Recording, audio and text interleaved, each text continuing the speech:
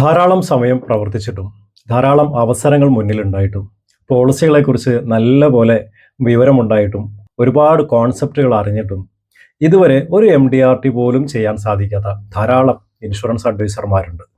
അതേസമയം ഇത്രയൊന്നും സാഹചര്യങ്ങളില്ലാഞ്ഞിട്ടും ഇത്രയധികം പോളിസികളെക്കുറിച്ചും കോൺസെപ്റ്റുകളെക്കുറിച്ചും അറിയാഞ്ഞിട്ടും ധാരാളം സമയം പ്രവർത്തിക്കാഞ്ഞിട്ടും അതിലേറെ ഒരുപാട് നേട്ടങ്ങൾ ഉണ്ടാക്കിയെടുക്കുന്ന ഇൻഷുറൻസ് അഡ്വൈസർമാരുമുണ്ട്. എന്താണ് ഇവരെ തമ്മിൽ വേർതിരിക്കുന്ന ഘടകം? അതാണ് ഇന്നത്തെ ഈ വീഡിയോയിൽ ഞാൻ പറയുന്നത്. ഹായ്, നമസ്കാരം. ഞാൻ റസാഖ്. ഏവർക്കും പുതിയ വീഡിയോയിലേക്ക് ഒരിക്കൽ കൂടി സ്വാഗതം. വിജയിക്കുന്ന ഇൻഷുറൻസ് ഏജന്റുമാരെ വിജയികളാക്കി മാറ്റുന്നതും ശരാശരി പ്രകടനത്തിലൂടെ മുന്നോട്ട് പോകുന്ന ഇൻഷുറൻസ് ഏജന്റുമാരെ തമ്മിൽ വേർതിരിക്കുന്ന 3 ഘടകങ്ങളെ കുറിച്ചിട്ടാണ് ഇന്നത്തെ വീഡിയോയിൽ ഞാൻ നിങ്ങളുമായിട്ട് ഷെയർ ചെയ്യുന്നത്. അതിൽ ആദ്യത്തെ കാര്യം എന്താണെന്ന് വെച്ചാൽ പോസിറ്റീവ് മെൻ്റൽ ആറ്റിറ്റ്യൂഡാണ്. അതായത് പരാജയപ്പെടുന്ന ഒരു ഇൻഷുറൻസ് ഏജന്റ് ഒരു ക്ലയൻറ്റിനെ കാണുന്നതിന് മുമ്പ് തന്നെ ആ ക്ലയൻറ്റുമായിട്ടുള്ള സംഭാഷണം അല്ലെങ്കിൽ ആ ക്ലയൻറ്റുമായിട്ടുള്ള ഇൻറ്ററാക്ഷൻ, അതിൻ്റെ ഔട്ട്പുട്ട് അല്ലെങ്കിൽ അതിൻ്റെ റിസൾട്ട് ആ ഏജന്റ് മനസ്സിൽ കാണുന്നത് നെഗറ്റീവായിട്ടാണ്. ഫോർ എക്സാമ്പിൾ, ഒരു അപ്പോയിൻമെൻറ്റിന് വേണ്ടി ഒരു കോൾ ചെയ്യാൻ വേണ്ടി ശ്രമിച്ചാൽ കോൾ ചെയ്യുന്നതിന് മുമ്പ് തന്നെ അതിൻ്റെ റിസൾട്ട് നെഗറ്റീവായിട്ടായിരിക്കും ഇത്തരം ഏജന്റുമാരുടെ ഒരു മനസ്സിലുണ്ടാവുക. അവരങ്ങനെയായിരിക്കും ചിന്തിക്കുക. അവർ നെഗറ്റീവ് മനോഭാവത്തോടു കൂടി കാര്യങ്ങൾ നോക്കിക്കാണുന്ന ഏജന്റുമാരാണ് അല്ലെങ്കിൽ അഡ്വൈസർമാരാണ്. ഇനി ഒരു പ്ലാൻ പ്രസന്റ് ചെയ്യുന്ന കാര്യത്തിലാണെങ്കിൽ ആ പ്ലാന് തനിക്ക് നല്ല രീതിയിൽ പ്രസന്റ് ചെയ്യാൻ കഴിയില്ല എന്നായിരിക്കും ഇവരുടെ മനോഭാവം. ശരിയായ രീതിയിൽ ഓബ്ജെക്ഷൻസ് ഹാൻഡിൽ ചെയ്യാൻ സാധിക്കില്ല എന്നായിരിക്കും ഇവർ ചിന്തിക്കുക. നല്ല രീതിയിൽ പോളിസി ക്ലോസ് ചെയ്യാൻ സാധിക്കില്ല എന്നായിരിക്കും ഇവർ മനസ്സിൽ കരുതുന്നത്. യഥാർത്ഥത്തിൽ ഇവരൊരു ക്ലയന്റിനെ കാണുകയോ പ്രോസ്പെക്റ്റിനെ കാണുകയോ ചെയ്തിട്ടില്ല. എന്നാലും ആ ക്ലയന്റിനെ കാണുന്നതും അല്ലെങ്കിൽ ആ പ്രോസ്പെക്റ്റിനെ കാണുന്നതും സമീപിക്കുന്നതും അതുമായി ബന്ധപ്പെട്ടുള്ള റിസൾട്ടുകൾ ഈ ഏജന്റിന്റെ മൈൻഡിലുണ്ടാവുക നെഗറ്റീവ് ആയിരിക്കും. കാരണം അപ്പോയിൻമെന്റ് കിട്ടില്ല, പ്ലാൻ പ്രസന്റ് ചെയ്യാൻ സാധിക്കില്ല, ഓബ്ജെക്ഷൻ ശരിക്ക് ഹാൻഡിൽ ചെയ്യാൻ സാധിക്കില്ല, പോളിസി ക്ലോസ് ചെയ്യാൻ സാധിക്കില്ല എന്നിങ്ങനെയുള്ള നെഗറ്റീവ് മനസ്ഥിതി ആയിരിക്കും അല്ലെങ്കിൽ മനോഭാവമായിരിക്കും ഇത്തരം ഏജന്റുമാരുടെ മനസ്സിലുള്ളത്. അതുകൊണ്ടാണ് ഇവർക്ക് കൂടുതൽ നേട്ടങ്ങൾ നേടിയെടുക്കാൻ സാധിക്കാത്തത്. അതേസമയം വിജയിക്കുന്ന അല്ലെങ്കിൽ MDRT പോലെയുള്ള വലിയ നേട്ടങ്ങൾ നേടിയെടുക്കുന്ന ഏജന്റുമാർ യഥാർത്ഥത്തിൽ ഒരു ക്ലയന്റിനെ കാണുന്നതിന് മുമ്പ് അല്ലെങ്കിൽ ഒരു പ്രോസ്പെക്റ്റിനെ കാണുന്നതിന് മുമ്പ് അതിൻ്റെ റിസൾട്ട് പോസിറ്റീവായിട്ട് ചിന്തിക്കുകയാണ് വിജയികളായ ഇൻഷുറൻസ് അഡ്വൈസർമാർ ചെയ്യുക. കാരണം അവരൊരു കോൾ ചെയ്യുന്നതിന് മുമ്പ് തന്നെ അതിൻ്റെ റിസൾട്ട് പോസിറ്റീവായിട്ട് അവർ മനസ്സിൽ കാണും. തീർച്ചയായിട്ടും ഞാൻ വിളിച്ചു കഴിഞ്ഞാൽ ക്ലയന്റ് എൻ്റെ ഫോൺ എടുക്കും, പ്രോസ്പെക്റ്റ് എൻ്റെ ഫോൺ എടുക്കും എന്നായിരിക്കും അവർ കരുതുക. അപ്പോയിൻമെന്റിന് വേണ്ടി ശ്രമിച്ചു കഴിഞ്ഞാൽ അത് കിട്ടും എന്നാണ് ഇവർ സങ്കല്പിക്കുക അല്ലെങ്കിൽ ചിന്തിക്കുക. നല്ല രീതിയിൽ പ്ലാൻ പ്രസന്റ് ചെയ്യാൻ സാധിക്കുമെന്നാണ് ഇവർ സ്വയം മനസ്സിൽ പറയുക.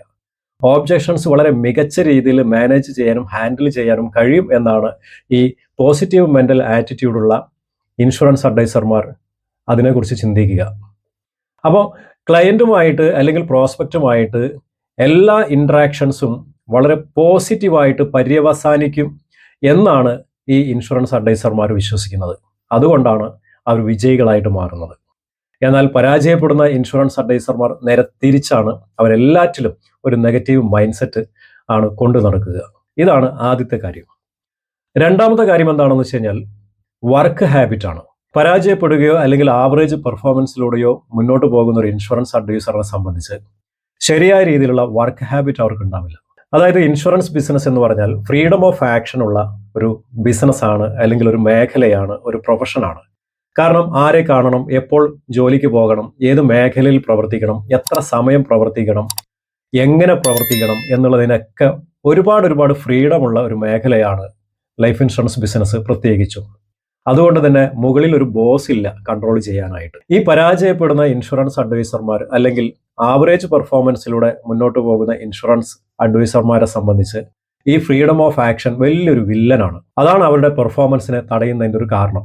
കാരണം ഇവർക്കൊരു ഡിസിപ്ലിൻ ഇല്ല. ആരെ കാണണം, എപ്പോൾ വർക്ക് ചെയ്യണം, ഒരു ദിവസം എത്ര ക്ലയൻസിനെ കാണണം, പുതിയ ബിസിനസ്സിന് വേണ്ടിയിട്ട് എത്ര സമയം ചെലവഴിക്കണം എന്നുള്ളതിനെ കുറിച്ചിട്ടൊന്നും വ്യക്തമായ ധാരണയില്ല. അല്ലെങ്കിൽ ആ രീതിയിലുള്ള ഒരു വർക്ക് ഹാബിറ്റ് കൊണ്ടു നടക്കാത്തവരാണ്. എന്നാൽ വിജയിക്കുന്ന ഇൻഷുറൻസ് അഡ്വൈസർമാരെ സംബന്ധിച്ച് അവർക്ക് ശരിയായ രീതിയിലുള്ള ഒരു വർക്ക് ഹാബിറ്റ് ഉണ്ടാവും. അവരെല്ലാ ദിവസവും ഒരു പർട്ടിക്കുലർ സമയം പുതിയ ബിസിനസ്സിന് വേണ്ടിയിട്ട് അവർ ചെലവഴിക്കും. നിർബന്ധമായിട്ടും അച്ചടക്കത്തോടെ അവർ പുതിയ ബിസിനസ്സിന് വേണ്ടി ശ്രമിച്ചുകൊണ്ടേയിരിക്കും. ഒരു നിശ്ചിത എണ്ണം ക്ലയൻസിനെ അല്ലെങ്കിൽ പ്രോസ്പെക്റ്റുകളെ പുതിയ ബിസിനസ്സിന് വേണ്ടിയിട്ട് അവർ കണ്ടുകൊണ്ടേയിരിക്കും. അതുകൊണ്ട് തന്നെ വിജയിക്കുന്ന ഇൻഷുറൻസ് അഡ്വൈസർമാർക്ക് ശരിയായ രീതിയിലുള്ള വർക്ക് ഹാബിറ്റ് ഉണ്ട്. അതുകൊണ്ടാണ് അവർ വിജയിക്കുന്നത്. അപ്പോൾ നിങ്ങൾക്ക് ഇതുവരെ ഒരു വർക്ക് ഹാബിറ്റ് ഇല്ലെങ്കിൽ നിങ്ങൾ ചെയ്യേണ്ട ഒരു കാര്യം എന്താണെന്ന് വെച്ചാൽ മിനിമം ഒരു 3 പേരെങ്കിലും ന്യൂ ബിസിനസ്സിന് വേണ്ടിയിട്ട് സമീപിക്കുക ഓരോ ദിവസവും. അങ്ങനെ ഈ അച്ചടക്കം നിങ്ങൾ പാലിക്കുകയാണെങ്കിൽ തീർച്ചയായിട്ടും നിങ്ങൾക്ക് ഒരു നല്ലൊരു വർക്ക് ഹാബിറ്റ് ഉണ്ടാവും. ആ ഒരു ന്യൂ ബിസിനസ് വർക്ക് ഹാബിറ്റ് നിങ്ങളെ വിജയത്തിലേക്ക് എത്തിക്കുകയും ചെയ്യും. മൂന്നാമത്തെ കാര്യം എനിക്ക് പറയാനുള്ളത് പ്രൊഫഷണലിസമാണ്. ആവറേജ് പെർഫോമൻസിലൂടെ മുന്നോട്ട് പോകുന്ന ഒരു ഏജന്റിനെ സംബന്ധിച്ച് ഒരു പ്രൊഫഷണൽ രീതിയിലായിരിക്കില്ല ഈ ബിസിനസ് റിലേറ്റഡ് ആയിട്ടുള്ള ആക്ടിവിറ്റീസ് ചെയ്യുക. ഫോർ എക്സാമ്പിൾ, ഒരു ക്ലയൻറ്റിൻ്റെ ആവശ്യങ്ങൾ എന്താണ് എന്ന് മനസ്സിലാക്കാതെ ആയിരിക്കും മിക്കവാറും പ്ലാൻ പ്രസൻറ്റ് ചെയ്യുക. അതുകൊണ്ടുള്ള ഒരു പ്രയാസം എന്താണെന്ന് വെച്ച് കഴിഞ്ഞാൽ ധാരാളം സമയം, ആഴ്ചകളും മാസങ്ങളും വർഷങ്ങളും ചിലപ്പോൾ ഒരേ ക്ലയൻറ്റിനെ തന്നെ ഫോളോ അപ്പ് ചെയ്യേണ്ടി വരും. കാരണം ആ ചെക്ക് ഒന്ന് ലഭിക്കാൻ വേണ്ടിയിട്ട്.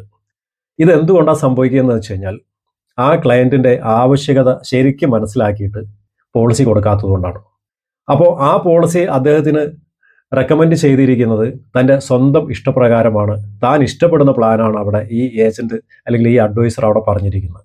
അതുകൊണ്ട് തന്നെ ക്ലയൻറ്റിനെ സംബന്ധിച്ച് പിന്നീട് ആലോചിക്കുന്ന സമയത്ത് എന്താ തോന്നുക, തനിക്ക് യോജിച്ചതല്ല ഈ പോളിസി എന്ന് അദ്ദേഹം പിന്നീട് മനസ്സിലാക്കുന്ന സമയത്ത് ആ പോളിസി എടുക്കാനുള്ള തീരുമാനം അദ്ദേഹം വൈകിക്കും. എന്നാൽ ഇത് മനസ്സിലാക്കാതെ ഇൻഷുറൻസ് ഏജൻറ്റ് സ്ഥിരമായിട്ട് അദ്ദേഹത്തിന് ഫോളോ അപ്പ് ചെയ്തുകൊണ്ടേയിരിക്കും, ചിലപ്പോൾ മാസങ്ങളോളം, ചിലപ്പോൾ വർഷങ്ങളോളം. എന്നാൽ വലിയ വലിയ നേട്ടങ്ങൾ നേടിയെടുക്കുന്ന MDRT മൾട്ടിപ്പിൾ MDRT നേടുന്ന ഇൻഷുറൻസ് ഏജന്റുമാർ ചെയ്യുക എങ്ങനെയാണെന്ന് അറിയാമോ? അവർ ഒരു ക്ലയൻറ്റിൻ്റെ മുന്നിൽ ശരിയായ രീതിയിൽ ആയിരിക്കും പ്ലാൻ പ്രസൻറ്റ് ചെയ്യുക. അതിനു മുമ്പ് തന്നെ അവർ ആ ക്ലയൻറ്റിനെ സംബന്ധിച്ച് എന്താണ് ഏറ്റവും ഇമ്പോർട്ടൻ്റ് ആയിട്ടുള്ള നീഡ്, അത് നീഡ് അനാലിസിസ് വഴി അവർ കണ്ടെത്തും. അതിനുശേഷമേ അവർ പ്ലാൻ പ്രസൻറ്റ് ചെയ്യാറുള്ളൂ. അതുകൊണ്ട് തന്നെ ക്ലയൻറ്റിന് മനസ്സിലാവും ഇത് തനിക്ക് അനുയോജ്യമായിട്ടുള്ളൊരു പ്ലാനാണെന്ന് മനസ്സിലാവും. അങ്ങനെ മനസ്സിലായി കഴിഞ്ഞാൽ അവർ ആ പോളിസി എടുക്കുകയും ചെയ്യും. പ്രൊഫഷണലായിട്ട് പ്രവർത്തിക്കുന്ന, നീഡ് അനാലിസിസ് നടത്തി പ്ലാൻ പ്രസൻറ്റ് ചെയ്യുന്ന ഒരു ഇൻഷുറൻസ് അഡ്വൈസറിനെ സംബന്ധിച്ച് ആ പോളിസി ലഭിക്കുകയും അദ്ദേഹത്തിന് നേട്ടങ്ങൾ നേടിയെടുക്കാൻ സഹായിക്കുകയും ചെയ്യും. ഞാൻ ഇന്നത്തെ ഈ വീഡിയോയിൽ പറഞ്ഞത് 3 കാര്യങ്ങളാണ്, വളരെ ഇമ്പോർട്ടൻ്റ് ആയിട്ടുള്ള 3 കാര്യങ്ങളാണ്. 1, പോസിറ്റീവ് മെൻ്റൽ ആറ്റിറ്റ്യൂഡ് വെച്ച് പുലർത്തുക. 2, ശരിയായ രീതിയിലുള്ള ഒരു വർക്ക് ഹാബിറ്റ് ഉണ്ടാക്കിയെടുക്കുക. 3, പ്രൊഫഷണലിസം വളർത്തുക. ഇതിൽ ഏത് കാര്യം ഇംപ്ലിമെൻ്റ് ചെയ്യാനാണ് നിങ്ങൾ പ്രയോറിറ്റി കൊടുക്കുന്നത്? താഴെ കമൻറ്റിൽ നിങ്ങളുടെ അഭിപ്രായങ്ങൾ രേഖപ്പെടുത്തൂ.